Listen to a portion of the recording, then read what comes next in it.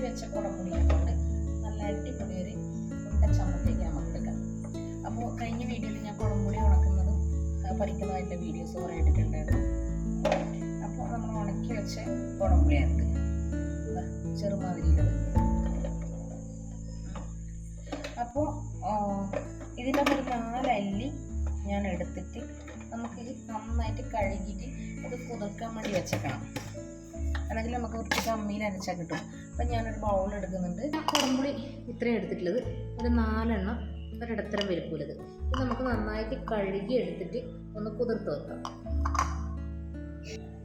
അപ്പോൾ അതിനുശേഷം ഞാൻ നന്നായി കഴുകിയിട്ട് ഇതുപോലെ വെള്ളത്തിലിട്ട് വെച്ചിട്ടുണ്ട്.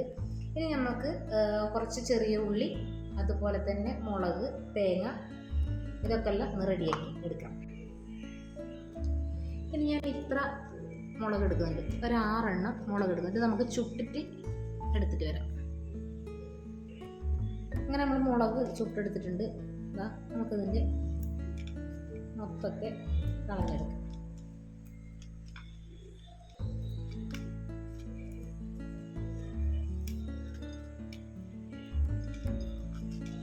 ഇനി ചെറിയ ഉള്ളി, തേങ്ങ ഇതൊക്കെ റെഡിയാക്കി എടുക്കാം.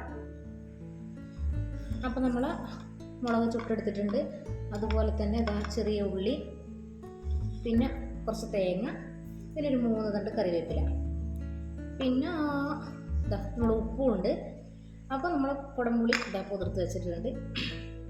അപ്പോൾ ഇത് നമുക്ക് ഒന്ന് നന്നായിട്ട് അമ്മിയിൽ അരച്ചെടുത്തിട്ട് വരാം. നമ്മൾ അമ്മിയിൽ തന്നെയാണ് ചമ്മന്തി അരക്കുന്നത്. അപ്പോൾ ചിലവർ ഇഞ്ചിയെല്ലാം കൂട്ടും. നമുക്ക് ചമ്മന്തിൻ്റെ അകത്ത് ഇഞ്ചി കൂട്ടുന്നത് ഇഷ്ടമല്ല, അതിൻ്റെ ഫ്ലേവർ ഇഷ്ടമില്ലാത്തതുകൊണ്ട് നമുക്ക് ഈ നാടൻ രീതി നമ്മൾ പണ്ട് തൊട്ടേ എടുക്കുന്നതാണ്. അപ്പോൾ നമുക്കൊന്ന് അരച്ചെടുത്തിട്ട് വരാം.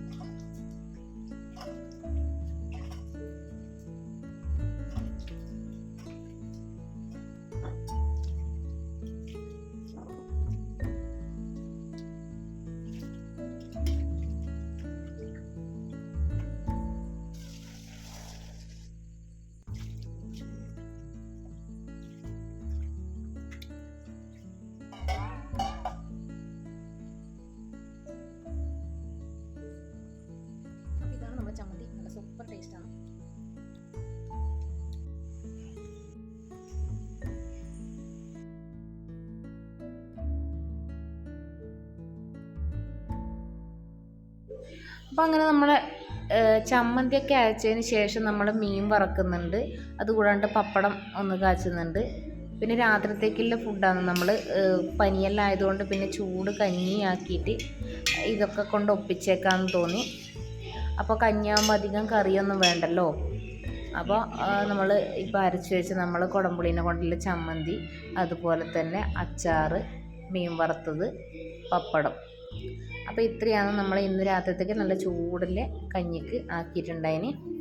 അപ്പോൾ ഇന്നത്തെ വീഡിയോ എല്ലാവർക്കും ഇഷ്ടപ്പെട്ടിട്ടുണ്ടാവുമെന്ന് വിചാരിക്കുന്നു.